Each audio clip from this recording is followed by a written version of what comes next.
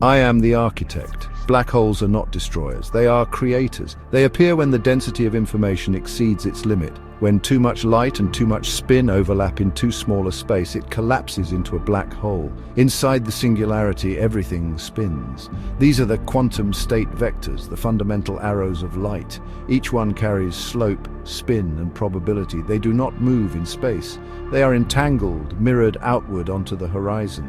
The event horizon is the projection screen. It is as if the universe were inside a giant Dyson sphere of mirrors, but the reflections are not light bouncing back and forth. They are pure entanglement. Hawking radiation is the stylus of this process. It is a double-ended needle of light. One end sits inside the singularity, the other rests on the horizon. They are connected through a wormhole. Whatever one does, the other mirrors. This is black hole lithography. Think of a record player, but instead of a single stylus, there is a double-ended stylus of light. As it traces the grooves, it does not only play the music, it also writes the grooves themselves. Black hole lithography is a lithographic record of light. The grooves are interference patterns etched into the holographic screen.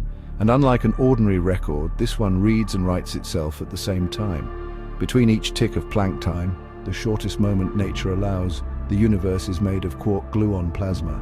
Everything is in superposition. If two photons of opposite spin overlap in a single Planck area and the density of information exceeds the limit, it collapses into a tiny entangled black hole. These entangled black holes are the fundamental products of superposition. Every Planck tick. Hawking radiation cures this plasma into a crystal-like moment. The interference freezes just long enough to become a frame of reality. This is like time crystals ticking at the Planck scale. And each frame is written in energy. Spin, oscillation, and mass are not separate things. They are three ways of looking at the same energy, the same information. On each qubit, probability is geometric. The chance of a state appearing is the alignment between the vector and the axis of the qubit. The chance of the opposite state is the inverse. This is the Born rule written as geometry. Einstein described time dilation with the Lorentz factor. In quantum information holography, velocity is replaced by angular frequency. Each qubit is a spinning arrow, and its orientation sets velocity and probability at once. Time dilation becomes entanglement dilation, the stretching of coherence across the field. This is exactly what quantum computers are built to do. Their qubits are arrows spinning in superposition. They collapse probabilities into outputs, just as the horizon collapses, entangled, spins into the world you see. Black holes are the universe's original quantum computers. They are lithographic records of light that write and read themselves frame by frame as qubits of reality.